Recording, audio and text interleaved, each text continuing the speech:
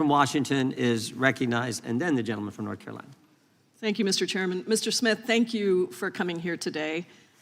Your willingness to speak directly to us and to the American people about your investigation is professional, it's courageous, and it's patriotic.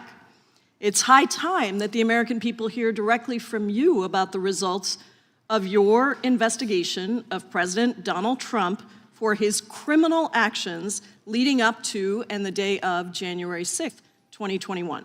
The facts, according to your report, are simple.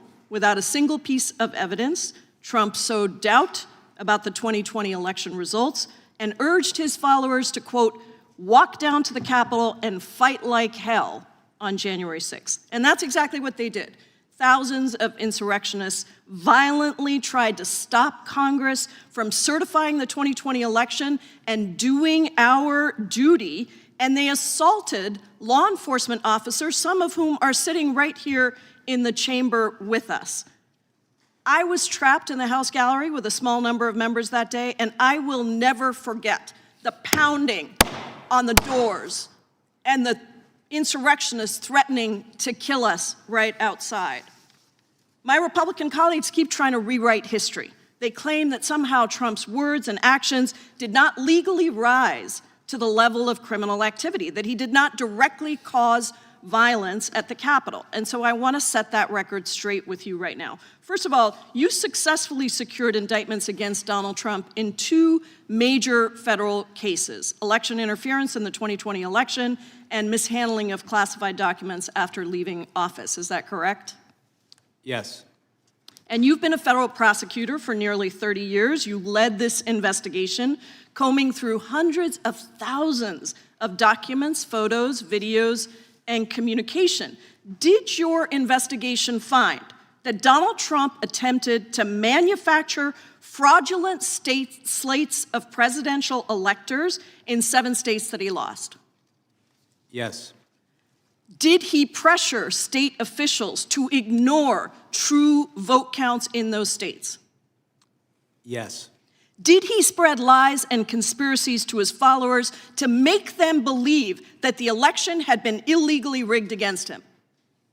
Yes. Did he pressure DOJ officials to stop the certification of the election? He did.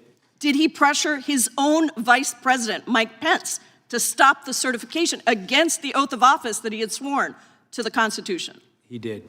And when all of this didn't work, did he, Donald Trump, motivate and inspire an angry mob to the U.S. Capitol to stop the certification? Our proof showed that he caused what happened on January 6th, that it was foreseeable, and that he exploited that violence. Did Donald Trump know that his allegations of election fraud were lies when he spread them?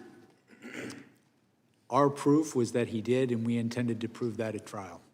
In fact, as the quotes from your report behind me show, he even privately admitted that he lost the election, correct? Yes. He said, quote, "It doesn't matter if you won or lost the election, you have to fight like hell." And he said, "Can you believe I lost to this effing guy?" During your closed-door deposition last month, you and I had an exchange about the impact on our democracy, the toll on our democracy, for not holding a president accountable for trying to steal an election. Do you remember that exchange? I do. I want to return to it because I think what you said in the closed-door deposition is important for the American people to hear right here in your public testimony. How would you describe the toll on our democracy if we do not hold a president accountable for attempting to steal an election?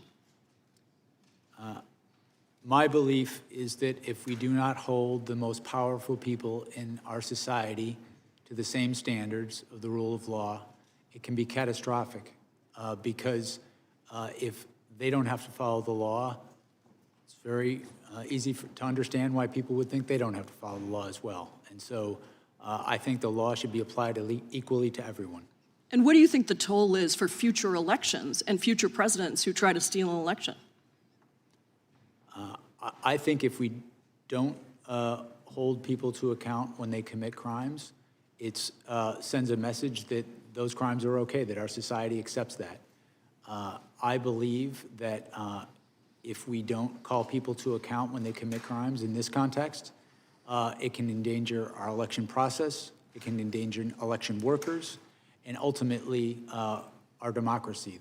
The attack on this Capitol on January 6th was, and the Court of Appeals in Washington, D.C. said this, it was an attack on the structure of our democracy. And we could experience much worse results down the road if this happens again. I thank you for your work, for your courage, and for your patriotism, and I yield back. Generally yields back to